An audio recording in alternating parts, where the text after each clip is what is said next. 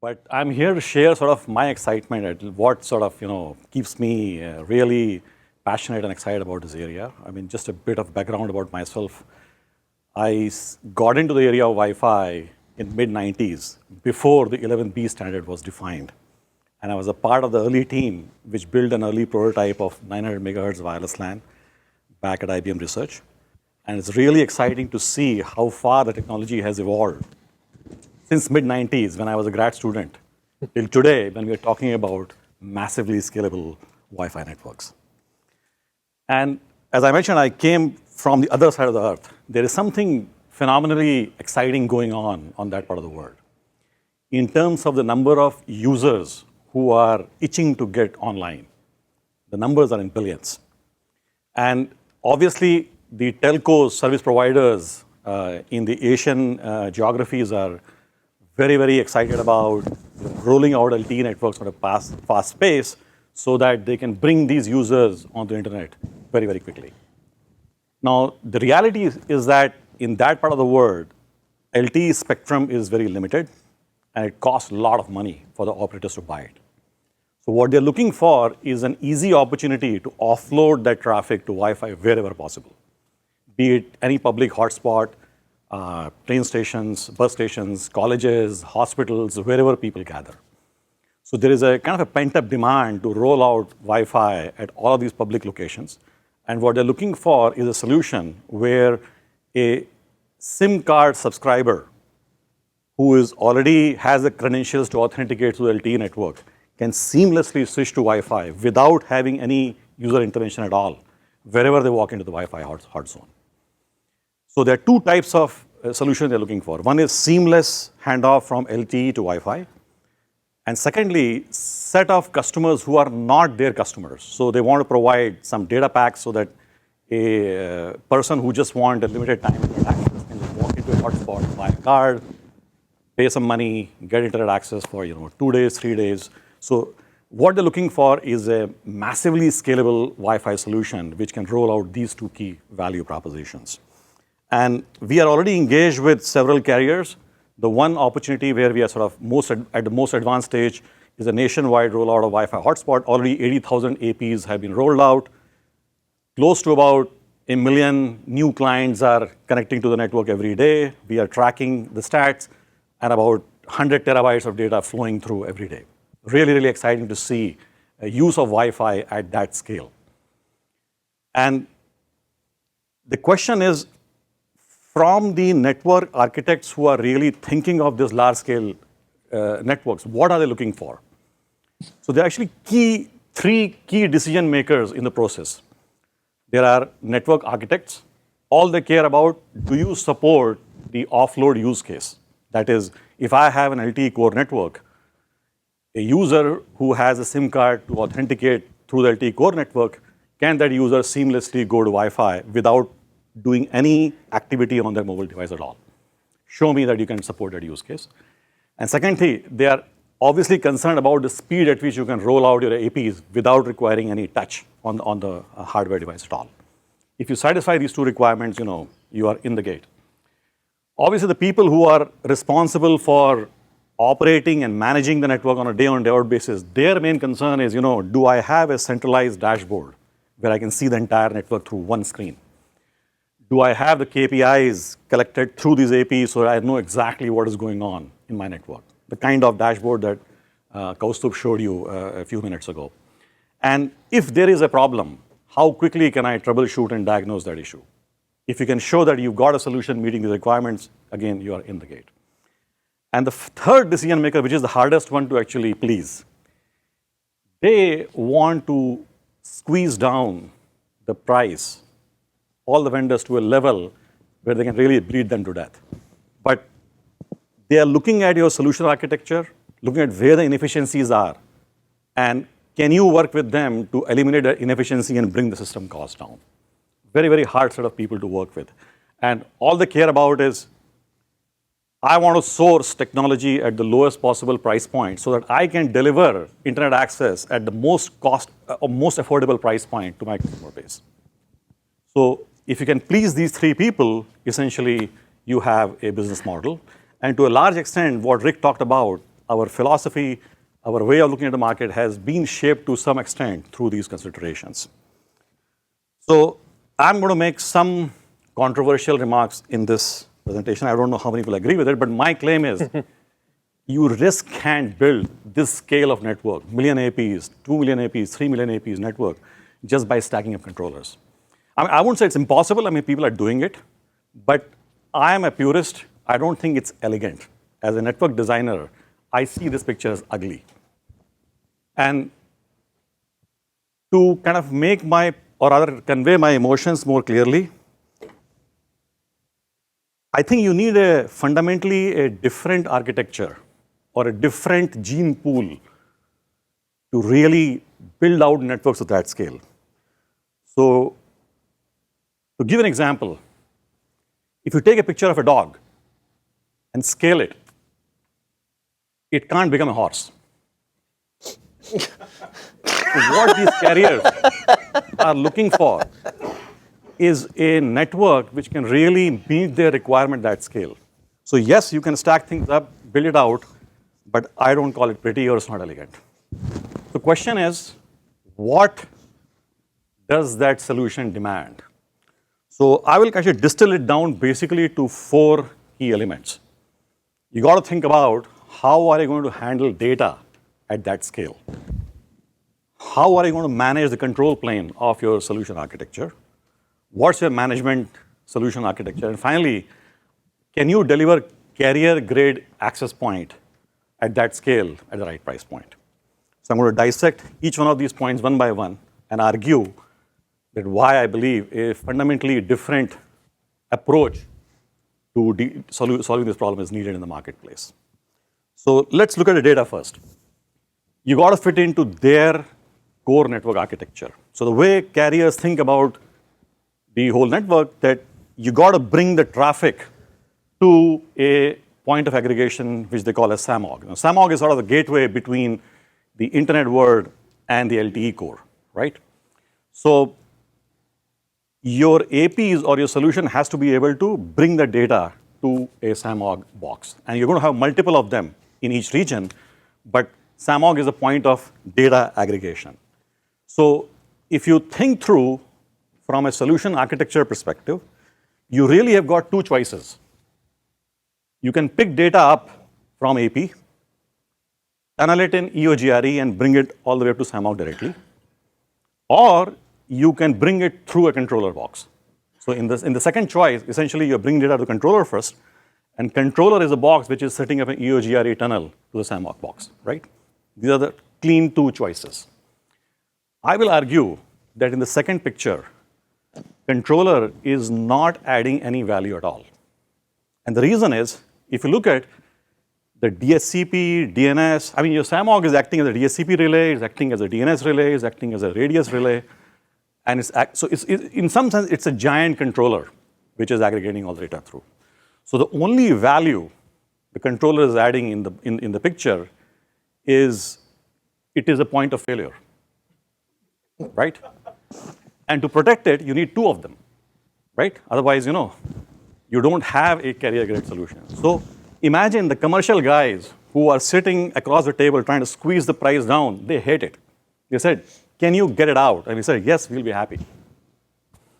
So the first thing I'll claim, you don't need those clunky boxes in the path at all. Just take the data, directly tunnel to the SAMOG. But there is some economies of scale, though, that you don't get, I suppose. If you do implement a controller, you're talking about 3 GRE tunnels, yes, as opposed to a gajillion GRE tunnels. Right? That box that you're building those tunnels to, there's inherently more horsepower required. You've got to pay the piper at some point, whether you're aggregating to a distribution plane. You're arguing against distribution plane, right? No, so that box is actually capable of easily handling 50,000 insertions. What if I only have 3 APs?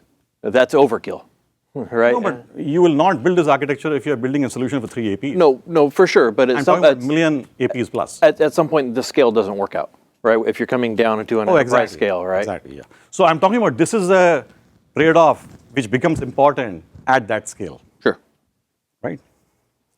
So I want to get these boxes out of the way. That's easier said than done because not only I mean, they definitely have some role to play, mostly on the control path. So in the traditional controller architecture, the boxes are handling RRM, they're handling client load balancing, they are doing band steering, and whole the spectrum optimization. So if you want to take that box out, you really have to build a completely distributed control plane. And Brian, in his presentation, actually talked about, so I'm not going to repeat the same thing, but we have done a beautiful job of taking that logic and building a complete distributed algorithm, which nicely scales. Yeah, so actually, we were having a kind of a discussion about this. So if you could go in just a little bit deeper here and help us to understand this just a little bit more, because we were discussing, obviously one of the benefits that you guys mentioned is the fact that if connectivity to cloud goes down, RRM continues to operate. And that goes back to this distributed control plane. But we want to understand a little bit more about how those decisions are being made, especially around RRM, right? Because if we're talking about a network that continues to operate without the cloud and those decisions are being made mostly local, how are those decisions being made? So can you talk about that just a little bit more? Yeah, so first of all, each radio is scanning the complete spectrum, right? So we have background scanning implemented in the radio. So you know exactly, how many channels are out there, and what is the occupancy of those channels as seen by the particular access point, right? So APs have distributed algorithm to pick a channel which is least occupied. Now, if you want to make sure that all the APs in the vicinity don't end up making the same decision, so you got to have some algorithms to break the ties. So we have a tie breaking algorithm by which if you put a bunch of APs together in the room, they will automatically distribute themselves uniformly across the available channels. Then we have load balancing algorithms. So APs know how many clients are connected. So the load factor is being shared through the beacon. So APs in the vicinity know how much my neighbors are loaded. And we can do sort of a client steering by evaluating, is it worthwhile for me to move this client away from me to my neighbors? So we do load balancing, we do client steering, we do channel selection. We also do auto TPC.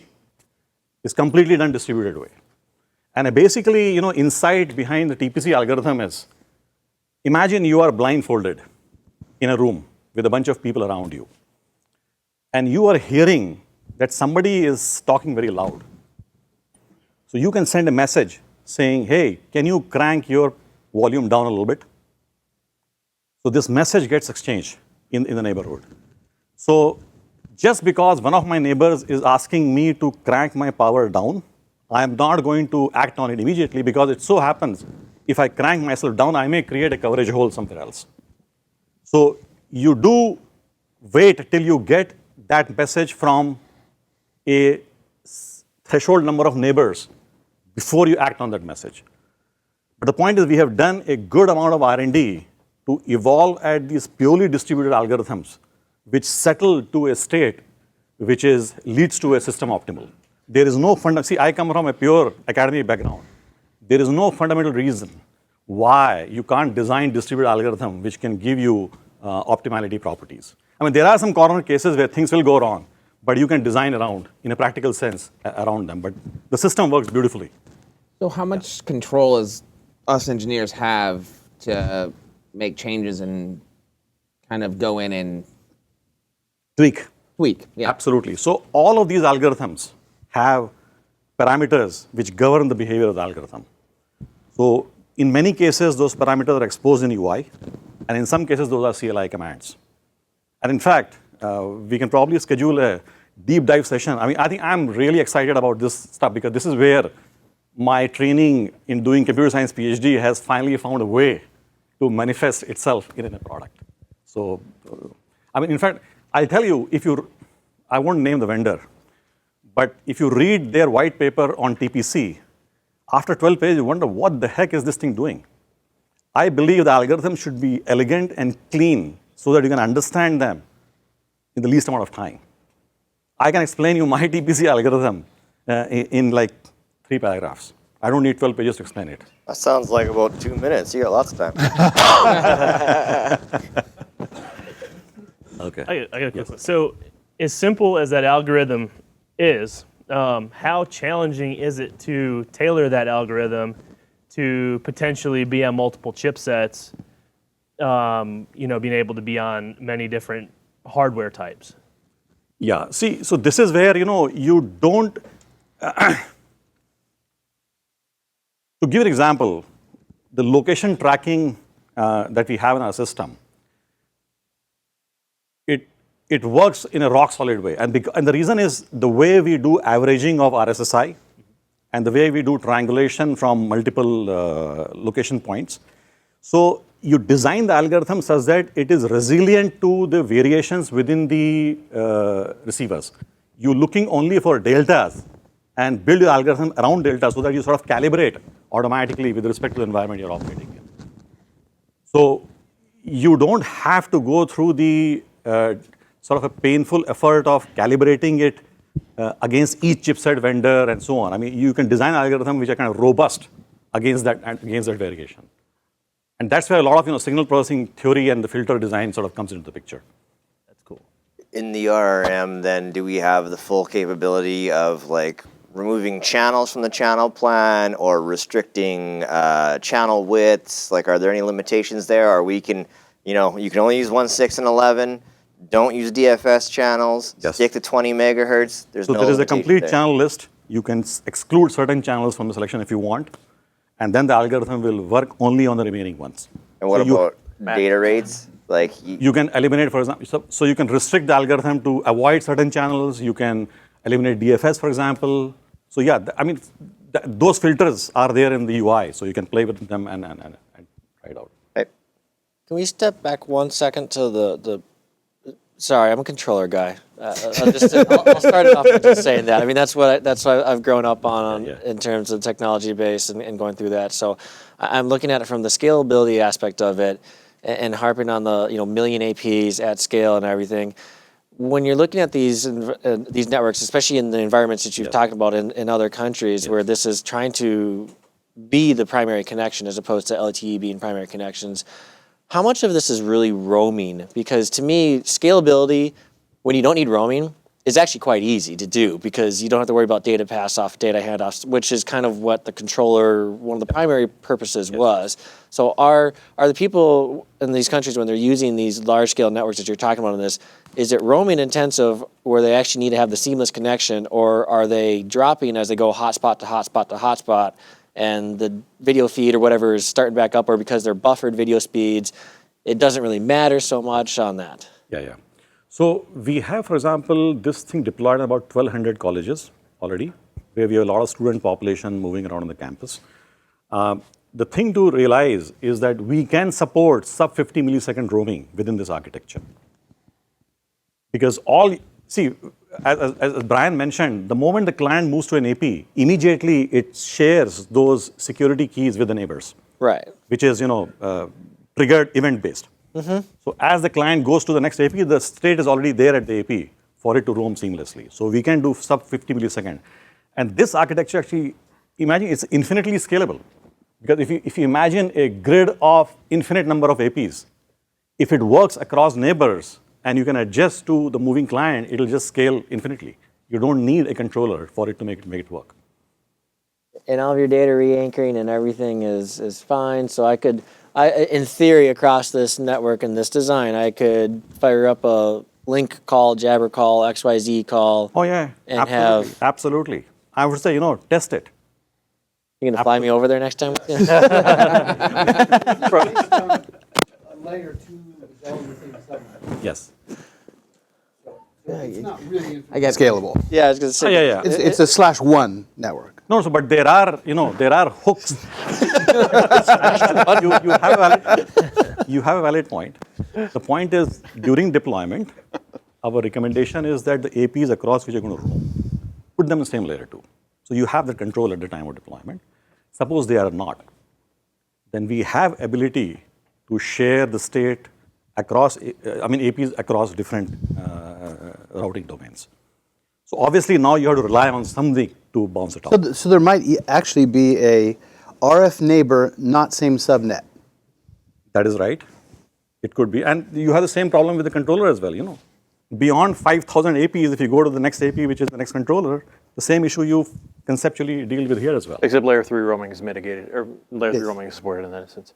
When you talk about TPC turning down and up the power of your AP, Yes. are you impacting your neighbor group at that point, or is neighbor discovery done at max power? Because there's Very, very good point. So you do neighbor discovery at the max power, okay. and then you sort of crank it down from that point till you bring the system to a point where everybody is comfortable that my neighbors are at the right power.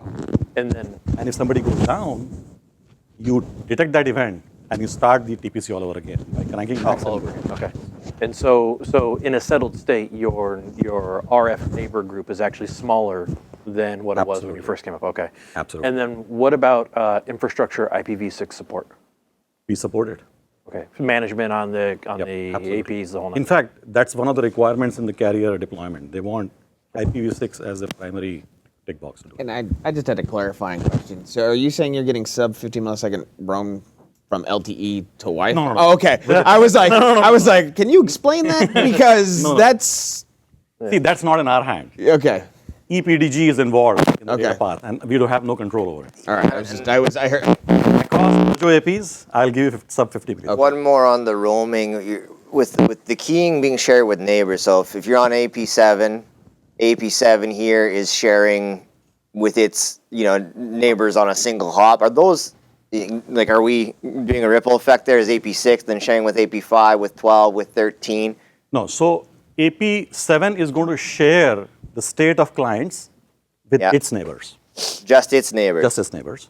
Now AP6 will do the same, but to the set of clients which are associated with AP6. Right. So I'm saying, so AP7 shares that it's got a client associating with AP6. Yes.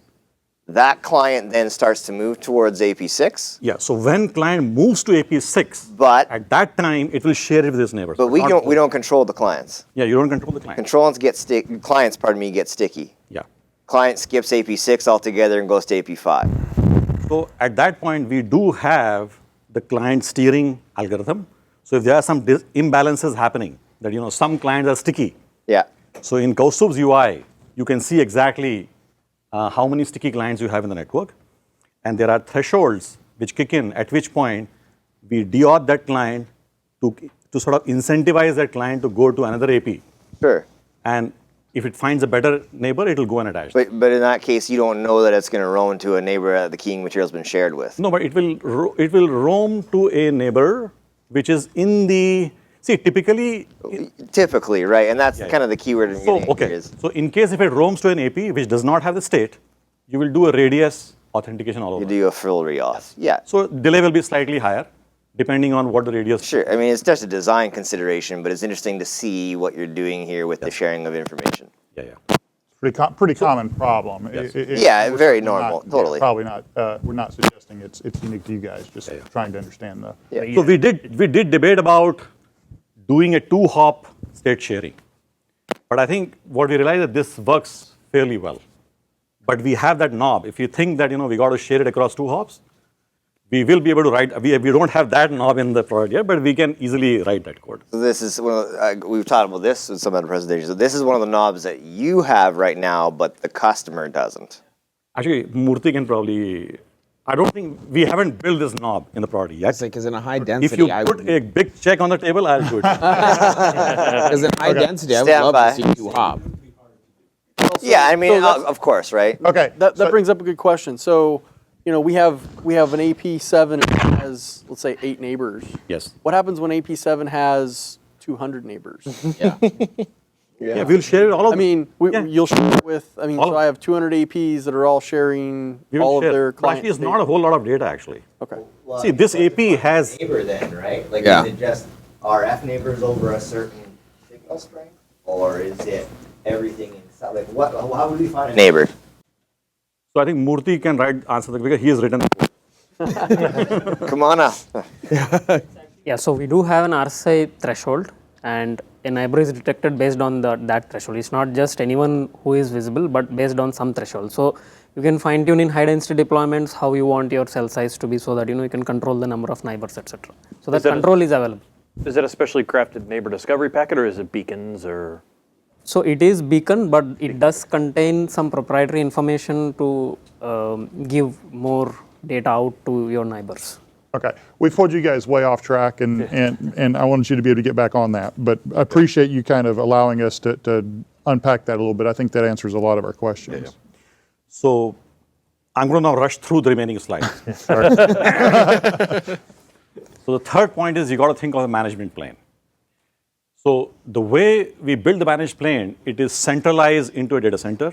It's fully virtualized. So you have a rack of a bunch of VMs which are sitting in a data center, and APs are talking to those VMs. Now the way the management protocol is designed, that even if there is an outage for the data center, it does not affect the data path. It does not affect the control path.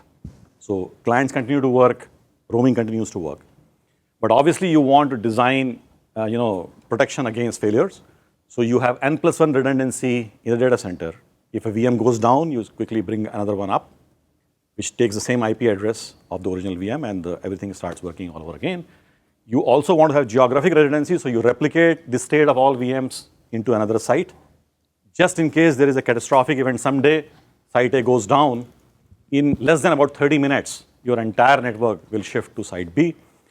And in fact, during one of our large deployment, it did happen that one of the the primary data center power, there was a power outage, and we seamlessly migrated to the site B. And the beauty is that operator was really impressed. They did not get a single support call on that day because the network was just up and running, no disruption at all. So this is, I think, an achievement that we are really proud of, that it works at that scale. So to put things into perspective, this is the picture that the decision maker loved. That if they have to build this controller, they build this solution using the traditional way, that's the amount of tons of steel you have to buy. But if you go with a fully virtualized cloud-based approach, you all need 12 racks to build a billion AP network and a very small team to essentially roll it out. And now this solution for the service provider is not complete until we have also solved the problem of delivering a carrier-grade AP at a very, very attractive price point. So this picture actually gives you a sense of where the state of the art of access point is today. Only the blue boxes is the place where AP vendors are adding value in the box. The rest of the elements, CPU, RAM, flash, Ethernet, USB, Mac, PHY, everything is become commodity. Either you source it from Broadcom, you source it from QCA. So all the fancy things like multi-user MIMO, beamforming, Mac processing, everything is now in silicon. There is really no room to sort of add value at that layer. I will, however, argue that how you pick your antennas and how you choose your enclosure and how well you design RF shielding, the quality of the connectors, the quality of the cables matters. But the rest is all commodity. So what the carriers are actually looking for, they obviously don't want to give that margin that Rick talked about to the software vendors. They say they can handle the supply, they can handle the ODM directly, source the hardware from ODM, take our software and put it all together. Now, that sounds exciting and easy for a large carrier, but it's hard to do for a typical enterprise player. And I think that's where this whole concept of ONI comes into the picture, because this problem of sourcing hardware, white box hardware and putting software, the problem has been solved before for the hyperscaler data centers, for switches and for servers. So what we thought about, why don't we kind of adopt that solution for the Wi-Fi market? And that's when we started becoming active in the OCP group.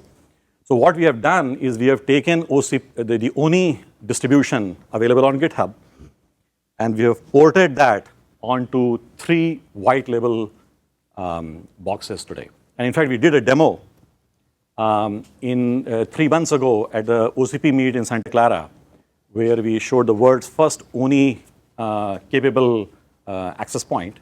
And essentially what a demo showed, that you take this white box AP, which has got a ONI image flashed on it, you connect it to the network, it runs a discovery protocol, And discovery can be powered through either DHCP options or through DNS, or you can have a factory programmed URL in there. It'll go and find where the NOS image lies, download the NOS image, and flash itself and convert the access point into a vendor's access point. So we showed that how we could convert these white boxes into Mojo access points, after which they will connect to the cloud. Now, there's a lot of other details around it which still need to be worked out to make this ecosystem really work. Something to do with the comment that was raised earlier, that how do you make this process secure? So we are actively working in OCP to solve the secure booting problem for Wi-Fi. And I think, as Rick earlier mentioned, that we alone cannot shake the market here. Ultimately, the customers have to start demanding it, and that's the only way the transformation will come. So to wrap my talk up, it's not just the disaggregation of software and hardware that we have done on the access point. We have also done a disaggregation of management, control, and data plane.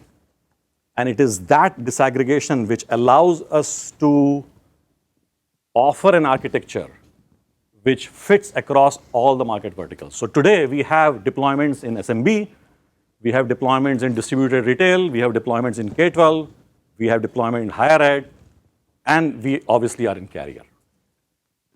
Somehow the market has come to believe that you need specialized architecture to serve these markets. And I completely disagree with that assessment. And I think time will show that it is possible to have a flexible architecture, a one-size-fits-all, which can serve the entire market. I think I'll stop at this point and take any questions. And I think this is the gene pool you need to really serve the global market.